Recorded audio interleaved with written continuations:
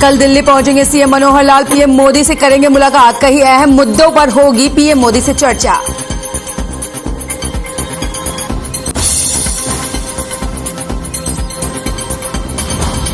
चंडीगढ़ में हरियाणा कैबिनेट की हुई बैठक में विधानसभा के शीतकालीन सत्र की तारीखों पर लगी मुहर। 17 दिसंबर से विधानसभा का सत्र होगा शुरू। किसान आंदोलन को कल 1 साल होगा पूरा। पंजाब हरियाणा के किसानों का दिल्ली की सीमाओं पर कुछ बॉर्डर पर मनाएंगे सालगिरह। मंडी डबवाली में जलघर की टंकी पर चढ़े किसान, भूमि के उचित मुआवजे को लेकर किया किसानों ने प्रदर्शन। अमृतसर से जामनगर हाईवे पर हुई भूमि अधिग्रहण।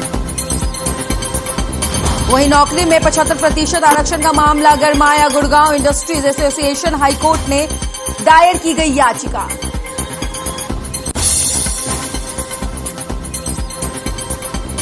नारनौल में दहेज हत्या के मामले में 22 साल बाद मिला पीड़ित पक्ष को न्याय। लड़की पक्ष ने ससुराल पक्ष पर लगाए थे दहेज प्रताड़ना के झूठे आरोप।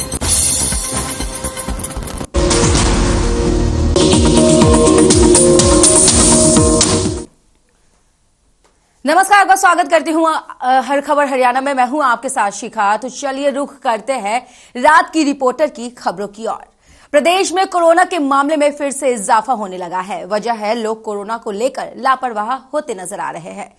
पहले की तरह अब ना तो लोगों के चेहरे पर मास्क दिखता है, ना ही लोग सैनिटाइज का प्रयोग करते हैं और ना ही भीड़ भाड़ वाले इलाकों में जाने से बच रहे हैं।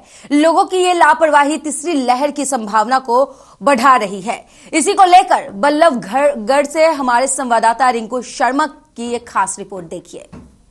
हमारे साथ स्थानीय जो लोग हैं वो मौजूद हैं, उनका क्या राय है कि जो तीसरी लहर बढ़ रही है, क्या कुछ कहते हैं, जानते हैं। सर, क्या नाम है आपका? मेरा नाम शेर सिंह है जी।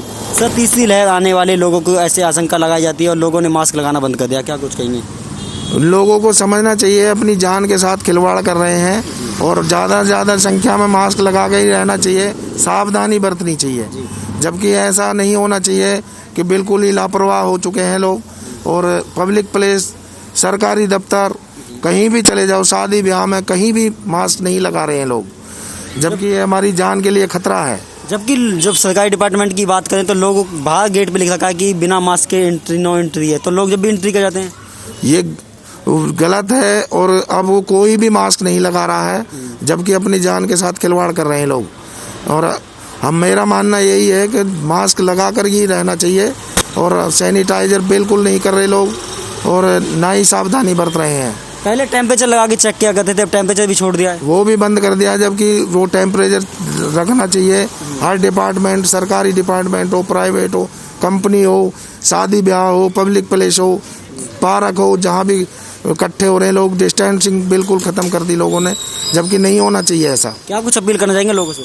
मैं अपने भाई बहनों से ये अपील करूँगा कि सभी लोग मास्क लगा के रहें और सैनिटाइजर करते रहें, हाथ धोते रहें और ज़्यादा से ज़्यादा दूरी बना कर रखें। सर, क्या नाम है आपका? सचिन। सर, तीसरी लहर की आशंका जताई जा रही है, वहीं लोगों ने मास्क लगाना बंद कर दिया, क्या कुछ कहेंगे आप? सर, तीसरी लहर आने की देखो पूरी संभावना है। क्यों आजकल ये है कि पब्लिक ने बिल्कुल, जो हमारे भाई बहन जो भी है, बुजुर्ग है, बच्चे हैं, सबने सोशल डिस्टेंसिंग अब बिल्कुल नहीं रही। सब मतलब कोई मास्क भी नहीं लगा रहा है, ना कोई सैनिटाइजर का ज़्यादा यूज़ कर रहा है, ना दूरी बना के रह रहा है कोई। और मैंने काफ़ी पब्लिक प्लेस में भी और सरकारी महकमों में भी मैंने देखा है कि मास्क का कोई इतना उपयोग नहीं है। लगता है धज्जियाँ उड़ाई जा रही है कोरोना की।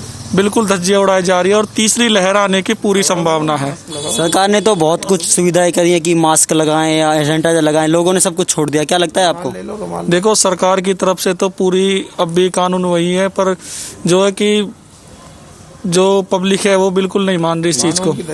लगातार जो कोविड के पेशेंट हैं, कल की बात करें तो 6 थे, आज 5 आए हैं, ऐसे में क्या लगता है आपको कि तीसरी लहर आ सकती है? बिल्कुल तीसरी लहर आने की बिल्कुल पूरी संभावना है। लोगों से क्या अपील करना चाहेंगे आप अपनी तरफ से? मैं सभी लोगों से, अपने सभी क्षेत्रवासियों से और देशवासियों से यही अपील करना चाहता हूँ कि उचित दूरी बना के रखें और मास्क का उपयोग करें। जब हमने लोगों से बात करी तो लोगों का कहना है कि कहीं ना कहीं जो सरकार की धज्जियां उड़ाई जा रही हैं, कहीं कि ऐसे में जो लोग हैं उन्होंने मास्क लगाना बंद कर दिया। ऐसे में हमारे साथ एक और युवक मौजूद है। सर क्या नाम है आपका? मेरा नाम राम जैनवाल है। सर क्या लगता है लोगों ने मास्क लगाना बंद कर दिया, क्या कुछ वजह है?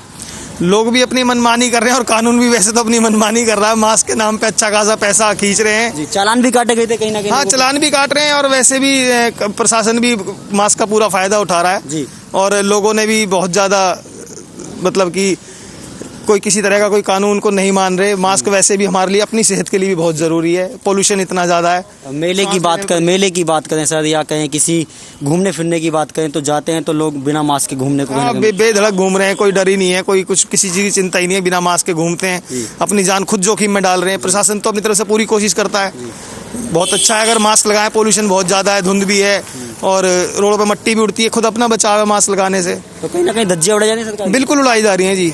तो ऐसे में क्या कुछ कहना चाहेंगे लोगों से? देखो, अपने लिए खुद अच्छी बात है अगर मास्क लगाएं, अपना बचाव खुद करें।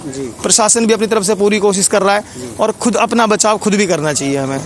पहले खाने पीने की दुकान पे जाते थे तो वहाँ पे लिखा होता था नो एंट्री बिना मास्क के, तो ऐसे में क्या लगता है? अब कोई भी दुकानदार इस चीज़ को बिल्कुल भी अच्छे से नहीं ले रहा है।